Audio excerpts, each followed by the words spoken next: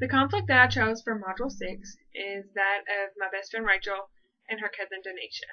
The incident was they've been arguing for the past few days, and we were on our way back home from school on the bus.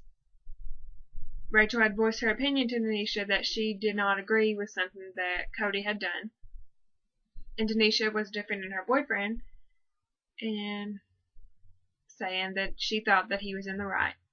But this escalated into more about themselves and less about Cody, and it became personal. They were calling each other names, and then eventually Rachel says, "Well, I'm not scared of you, you stupid." And then Denisha responds to that by saying, "Well, if you think you're such a bad, then meet me after you get off the bus down the road."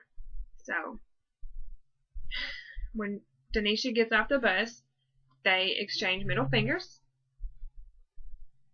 and then as Rachel is meeting Denisha down the road, I join her for moral support as a friend. So we get down there, and as soon as we get down there, they get into a fight, and me and Cody eventually have to break them up.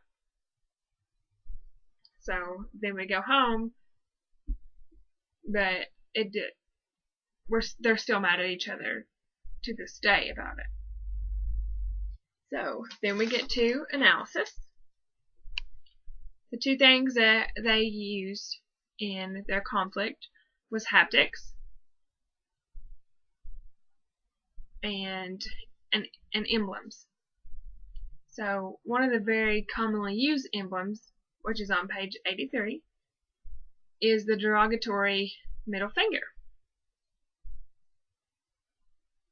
This is often used in conflicts as a way to say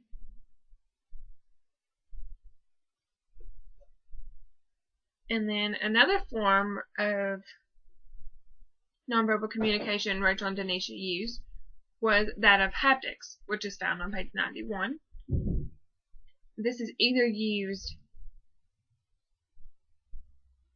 as body contact or the absence of body contact. And when Rachel and Denisha physically fought, they were demonstrating body contact, which is haptics. So then we have evaluation.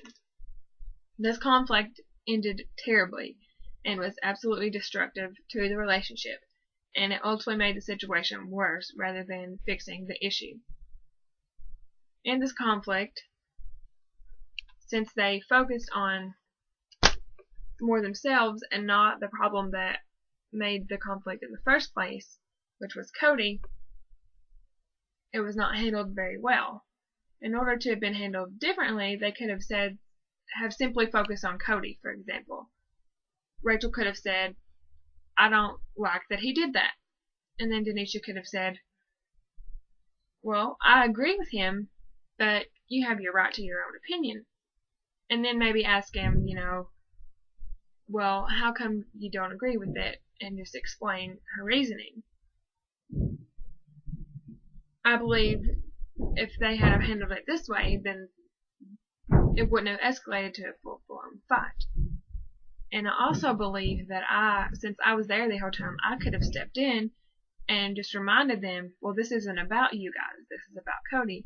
And that could have also helped de-escalate the situation and avoided it turning into a fight.